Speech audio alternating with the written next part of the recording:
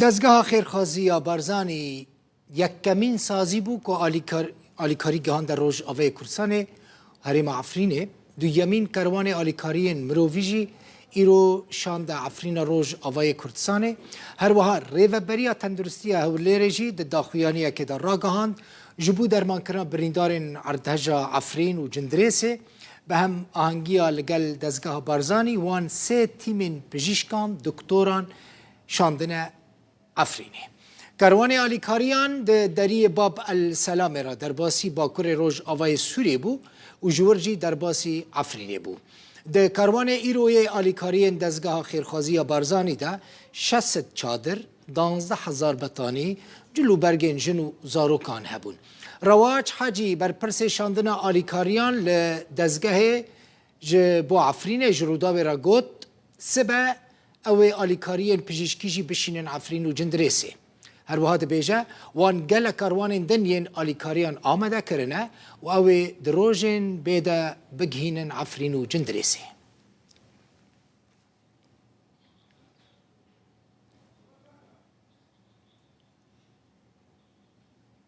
ملینها دزگاه خیرخوازی آلیکاریان بلاف دکه جندریس پیامنیر ما هوروان رفعت لگل منه جندریس هوروان دنباش بخیر هاتی چه آلیکاریت بلاف کردن و روش لور چاوه بری بلاف کردن آلیکاریت خازم بزنه بم تو ترمی نوش بن آواهیان جبن کاولان هاتنه در خستن یا نال جندریسه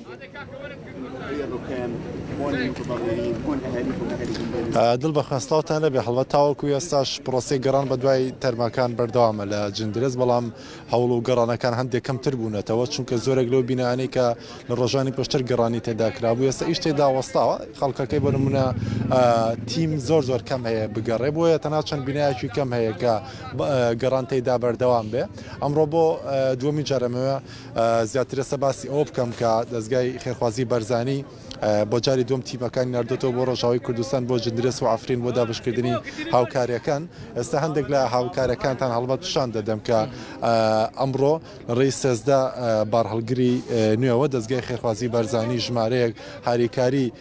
هێناوە بۆ گەڕەکان جا لە ڕێک ئەو بارهەڵگرە گەورانە نایەتوانین لە جندرێس لە نێو کۆڵانە تەسک و تەنگەبەرەکانی ئەوەیە دابەشی بکەن لە نێو ئۆتۆمبیلەکانی خۆیان و هەندێک ئۆتۆمبیلی دیکانی هێناوە تاوەکو بتوانن دابەشیکەنەوەی کە ئێستا هەیە لێرە بەتانیە نزیکەی 12260 بەتانیە هێنداوە بۆ کەمپەکانی پرسکراون لەوێ دابەشەکرێ هەر هاونیشتمانیەکان هەر هاوڵاتیە کە لێرە هەبێ جا ئەگەر هاونیشتمانی کورد بێ هاوڵاتی عەرەبی خەڵکی جندرێز بێ دابەش دەکرێت پێیان دەدرێت تەنها لەم پیکابەی کە ئەم بارهەڵگرەی کە هەیە لەرە نزیکەی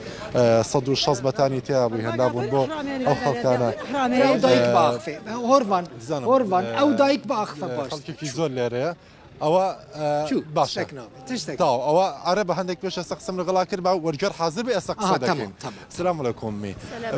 شو وضع جندريز هسه كيف وضعك جندريز وكو وضع عائلتكم منكم للآخر على الصفر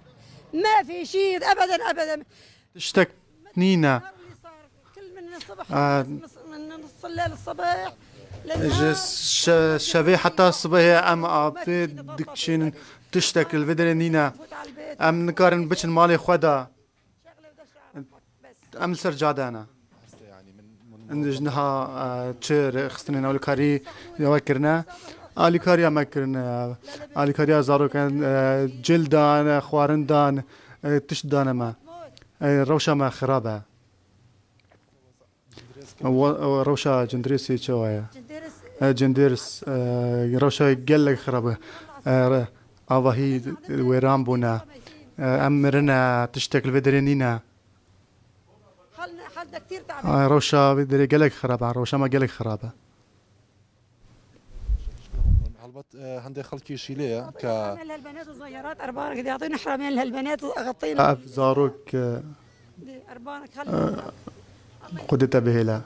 خەڵکی دیکەشی لێ لێرە هەڵبەت بامژان جەنابەت خەڵکێری کوردی جندرێسیوانە ئەمێ بزانم چ شتێک ئێستا لازمە چ پێتڤەک هەیە بۆ وا بۆ جندرێز بۆ ئەم ئەو ڕۆژێکی لێرە خۆ تشتي لازم والله جمارة أو شادر لازم من ملات سني فرال دربا يعني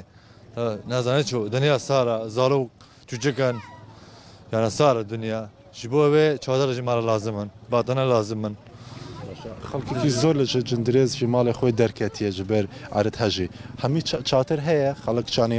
ئەو منازمەت دێنەیەرە چادر دەدەنە وە ما شادر سن دي ملات ترى جادة ذاتها يعني نا باطنية يا خاني وان أنا حميها جندرس حمي بها أو بيا خراب بيا يعني خارج نكاني لا خوكية لما لا نزنت شو ملات جرا ياردم لازمه باطنة شادر جرا لازمه وان كان جرا أو بكن إدارة كان ساعتا وخاش يعني نبي مع عدنان جندرس ما خوش كعدنان تجيبهم باخفة عرب لو كردي يلا بكرمان جيبهم باخفة نك وسع جندرس شوية وسع إنساني يعني هاري كريم مساعد إنساني كدينا جندرسي بس همون بجداي دابش تكره شوية تمام بريجي برسعت وخش وبمرة حركر بري علامة جي وأمبر واسباس لكن جماعتي برزني يعني فعلا سرسريمة بس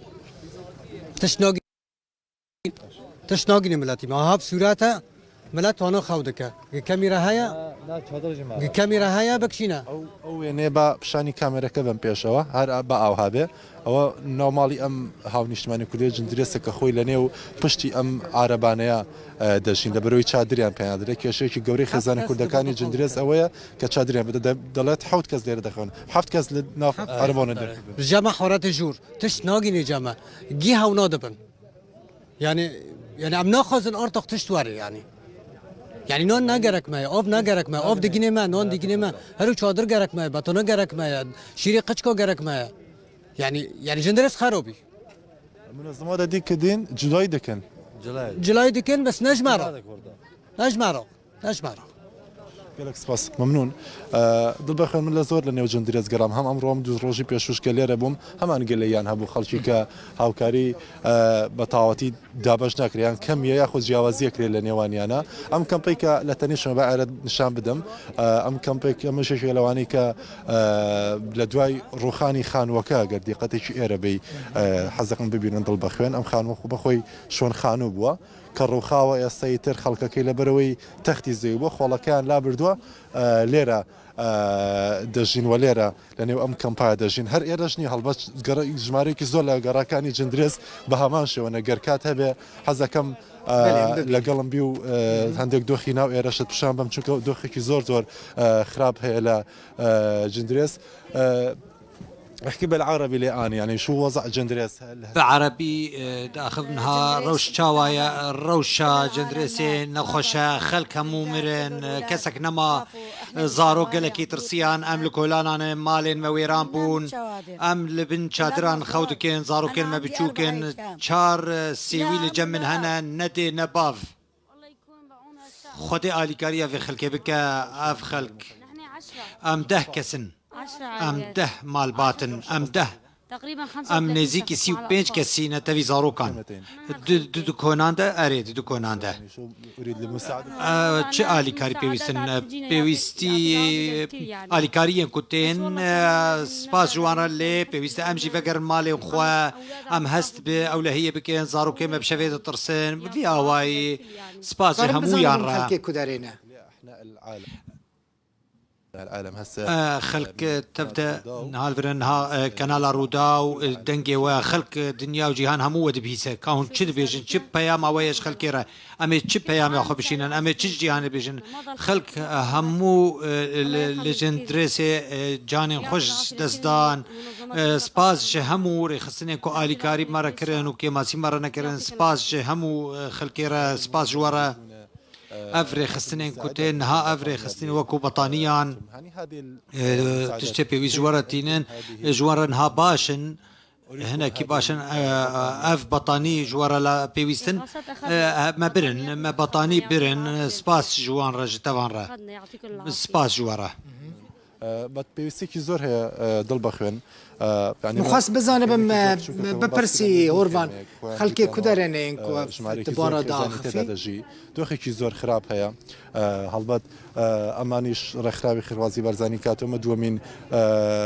هاریکاریەتی دووەمین وەجبەی هاریکاریەتی کە بهێنێتە ئێرە با بچمەوە سەر شەقامەکەش چونکە دابشکردنەکە لێرە کۆتایی پێ هاتووە دەشنا خۆیان دەڵەن تاخێکی دیکان گەڕێکێکی دیکە بە ئەوەش نیشان بدەم کە لەگەڵ ئەم ئۆتۆمبیلانەی دیکە ئەمانی شەر بە هەمان شێوە بەتانیان تێدایە چاوەڕێن تاوەکو بشنە گەڕەکەەکانی تر لەوێ دابەشی بکەن هەمووی ئۆتۆمبیلەکان هەڵبەت خۆیان من بەکریان گرتووەکی نابار هەڵگری گەورە بوون سێزدە بار هەڵگربوون بە ئەوەش بشاندم کە ئێستامە بە زمانی عەرەبی لێ نووسراوە المساعدات الإغاثی واتە هاریکاری مرۆیی لە گەلی هەرێمی کوردستانەوە بۆ کەسانی کە زیانیان پێگەشتووە بەهۆی بوو مەلەرزەکەەوە لێرەشەوە بە کرمانجی نووسراوە ئاریکاریان خەڵکێن هەرێمە کوردستان ژ بۆ قوربانیە ئەردهەژێ ئەمەی کە دەشیبینن ئاوها لە نێو ئەم پاکەتانەیە هەمووی ئەو بەتانیانەی دەستگای خێرخوازی بەرزانیە کە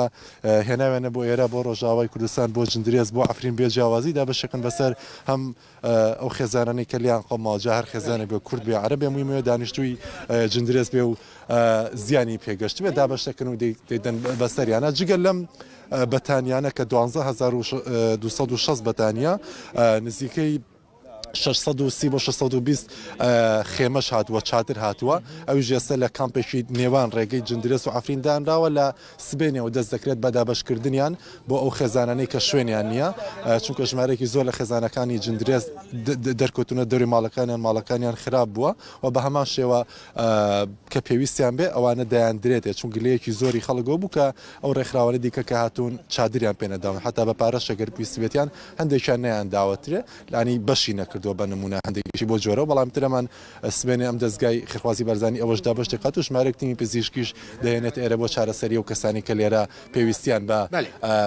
بە چارەسەرێکی پزیشکی بێت بەڵێ gelekî spas Horvan Rifat ji bajarê Cindirêsê bi awayekî zindî li gel min bûye.